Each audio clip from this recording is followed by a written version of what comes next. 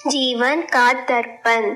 एक दिन जब ऑफिस के सभी कर्मचारी ऑफिस पहुंचे तो उन्हें दरवाजे पर एक पर्ची चिपकी हुई मिली। उस पर लिखा था, कल उस इंसान की मौत हो गई जो कंपनी में आपकी प्रगति में बाधक था। उसे श्रद्धांजलि देने के लिए सेमिनार हॉल में एक सभा आयोजित की गई है। ठीक 11 बजे श्रद्धांजलि सभा में सबका उपस्थित होना अपेक्षित है।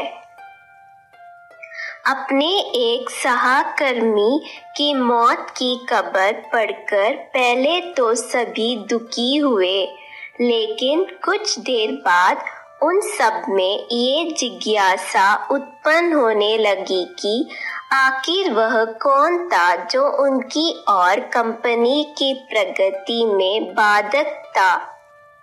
11 बजे सेमिनार हॉल में कर्मचारियों का आना प्रारंभ हो गया। धीरे धीरे वहां इतनी भीड़ जमा हो गई कि उसे नियंत्रित करने के लिए सिक्योरिटी गार्ड की व्यवस्था करनी पड़ी। लोगों का आना लगातार जारी था। जैसे जैसे लोगों की भीड़ बढ़ती जा रही थी, सेमिनार हॉल में हलचल भी बढ़ती जा रही थी।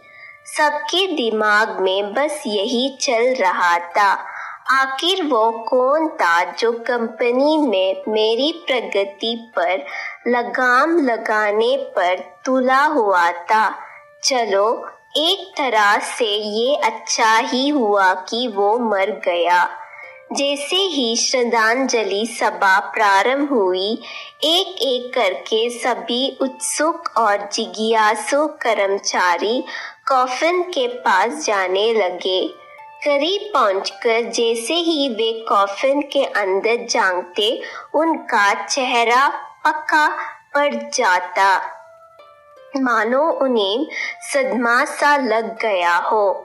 उस कॉफिन के अंदर एक दर्पण रखा हुआ था। जो भी उसमें झांककर देखता, उसे उसमें अपना ही अक्स नजर आता।